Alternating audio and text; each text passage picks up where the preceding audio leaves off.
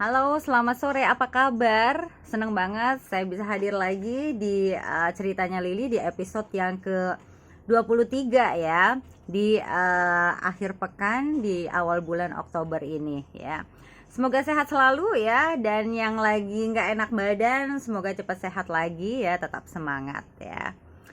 Tadi perjalanan dari rumah menuju ke studio, jalanan udah mulai ramai ya, dan tadi masuk ke parkiran ya. Kebetulan studio ini lokasinya di kompleks mall ya. Jadi tadi masuk cari parkiran udah susah gitu.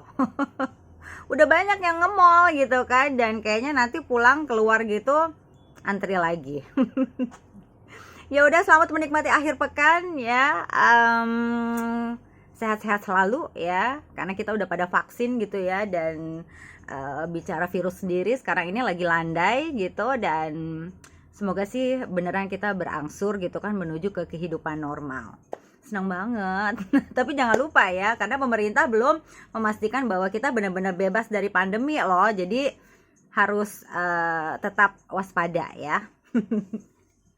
Baiklah, di episode ceritanya Lili yang ke-23 kita ngangkat tema soal susah tidur.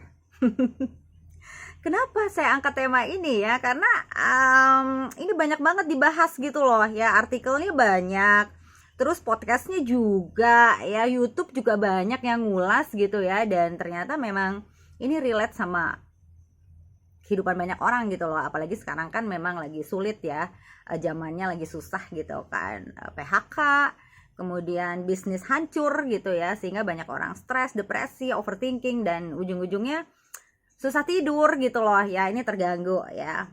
Yang pasti kalau ngomongin susah tidur itu kerugiannya banyak sekali ya, karena jam tidur itu sebetulnya nggak bisa ditawar sih ya. Idealnya menurut para pakar itu di 7-8 jam ya.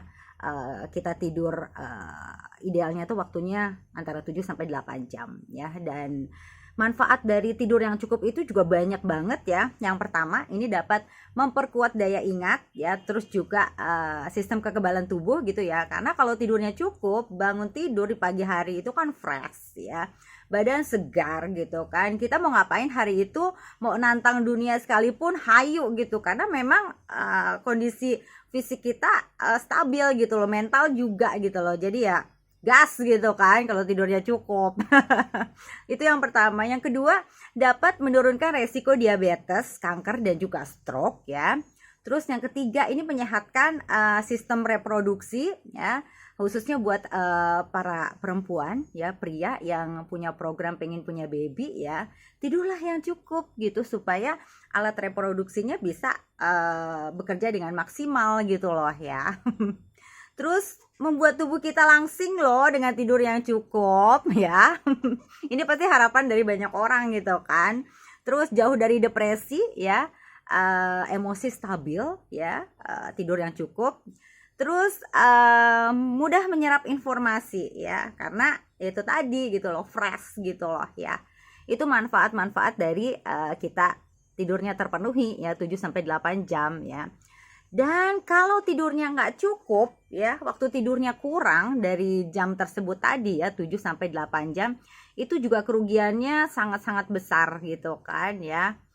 Siklus mens terganggu gitu kan, dan ini akhirnya membuat para perempuan ya, wanita khususnya yang punya tadi pingin program punya baby, jadi sulit untuk hamil gitu loh ya.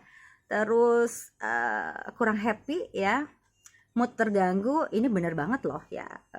Mungkin Anda juga ngalamin hal yang sama ketika kurang tidur gitu kan. Terus jangankan mau beraktivitas, mau berkreasi gitu kan, kayaknya produktivitas juga keganggu gitu, karena badan gak enak gitu kan. Boro-boro bisa mikir ide cemerlang apa gitu kan, mood aja ambiar gitu kan, awur-awuran, bawaan udah kayak orang PMS gitu kan, senggol bacok.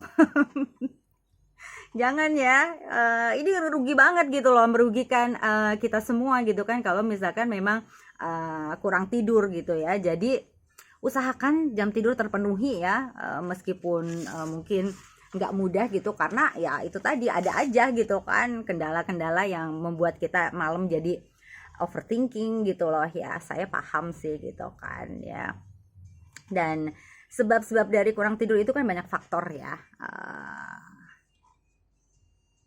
usia menua ya, ini faktor yang utama sih ya, faktor usia gitu kan. Semakin kita menua akan semakin tidurnya tuh berkurang jamnya gitu loh ya. Terus yang kedua bisa jadi karena tidur siangnya kelamaan gitu ya.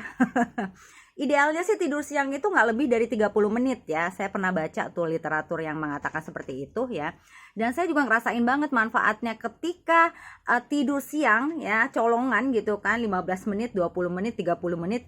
Itu ketika kita bangun ya, fisik kita tuh kayak yang recharge gitu loh ya. Dan ngerasa bahwa tubuh tuh fit lagi gitu loh ya, dan siap untuk melakukan segala kegiatan lagi gitu loh. Dan itu ngebantu banget loh ya, tidur siang colongan gitu. Jadi buat Anda yang dapat mengatur waktu gitu kan ya, ada waktu nih colongan tidur gitu kan, itu keren banget, itu asik banget loh buat bekal gitu kan, bekal untuk bertarung gitu ya sama hari, sama aktivitas, sama rutinitas gitu. Nah dicoba deh untuk bisa tidur siang colongan gitu ya. Dan saya juga pernah baca sih, ketika kita bisa mendapatkan tidur siang yang berkualitas ya, meskipun cuma 15 menit, 20, 30 menit, itu bisa membuat kita terjaga hingga 10 jam ke depan ya. Ini kan keren banget gitu loh. Oke. Kemudian faktor lainnya penyebab kurang tidur adalah minum kopi ya di malam hari atau menjelang tidur ya, karena seperti kita tahu ya, kafein itu kan dapat meningkatkan kewaspadaan gitu loh ya, sehingga ini membuat kita jadi mikir lagi, mikir keras gitu kan ya. Jadi hindari kopi menjelang tidur gitu kan. Terus alkohol, rokok juga ya hindari kalau mau tidur.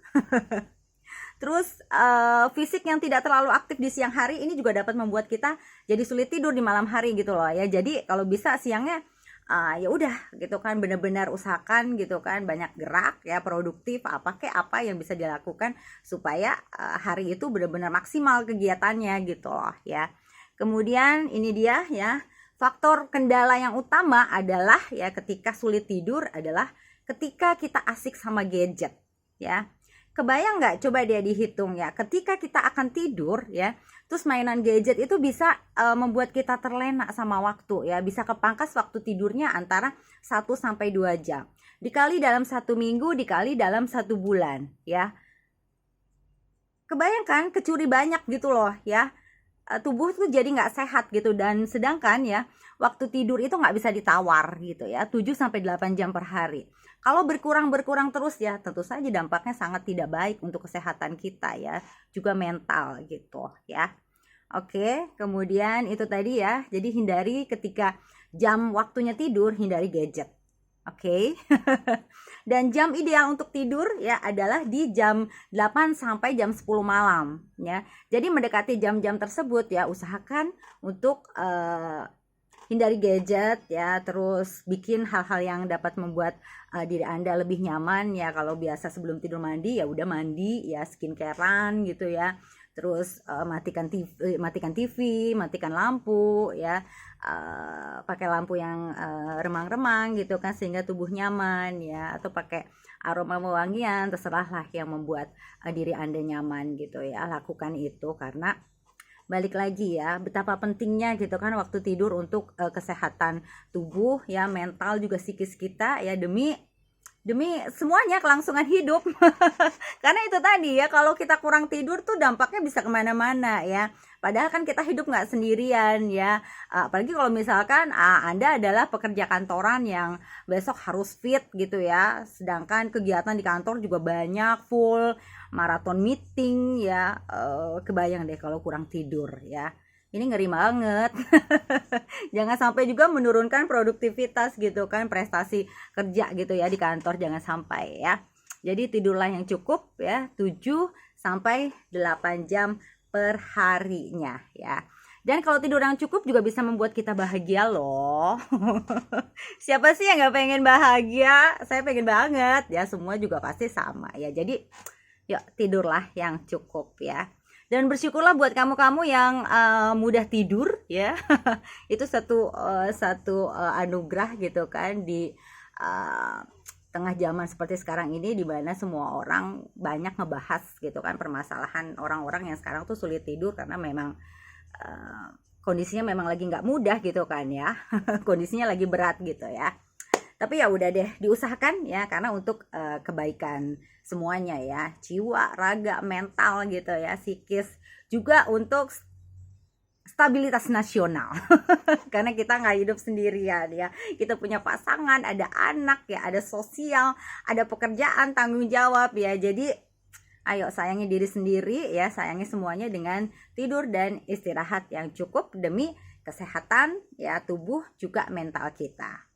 Oke, itu aja, semoga bermanfaat. Thank you atas kebersamaannya di ceritanya Lily di episode yang ke-23 ini. Dan boleh dong saya minta partisipasinya ya, untuk komen, like, subscribe, dan aktifkan lonceng notifikasinya. Dan boleh share kalau dirasa bermanfaat. Thank you ya. Kita ketemu lagi di lain waktu. Sehat-sehat selalu. Lily Santi pamit. Bye-bye.